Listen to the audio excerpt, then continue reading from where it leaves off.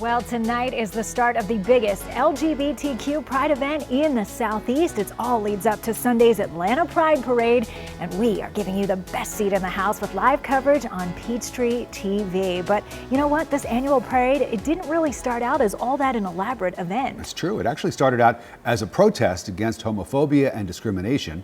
Now all new at 6. CBS 46's Gravir Dinza talks to the activists who helped to start the movement. Lorraine Fontana arrived in Atlanta's West End ready to fight. This was 1968. Martin Luther King had just been assassinated. A lot of things were happening. Racial tensions were boiling, the Vietnam War was building, and the Women's Live movement in full swing.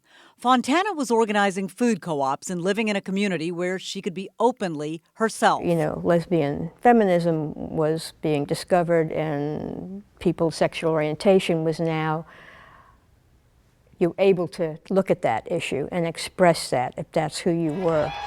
Today's LGBTQ movement contrasts to its radical origins.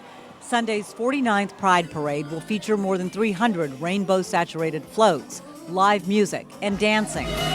Only 125 people marched in Atlanta's first Pride in 1971, protesting anti-gay sentiment and police raids. Gil Robinson says it was time for a shakeup. Anti-gay prejudice was much, much more rampant here.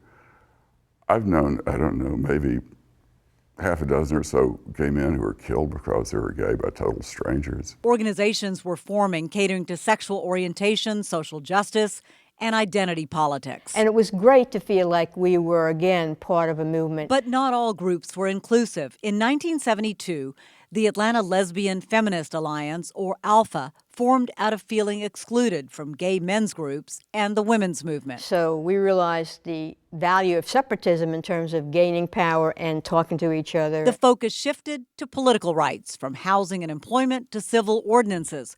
Robinson was one of only 2 openly gay men to run for the State House of Representatives. One of the things that interested me about electoral and legislative politics was the challenge of actually going out and doing something and accomplishing something and making something happen. In the 80s, the AIDS crisis temporarily derailed the movement, but the community persevered, achieving the progress we see today. Getting out the vote, having candidates forums, volunteering for campaigns, all of which is really necessary for laying the groundwork for what came afterwards.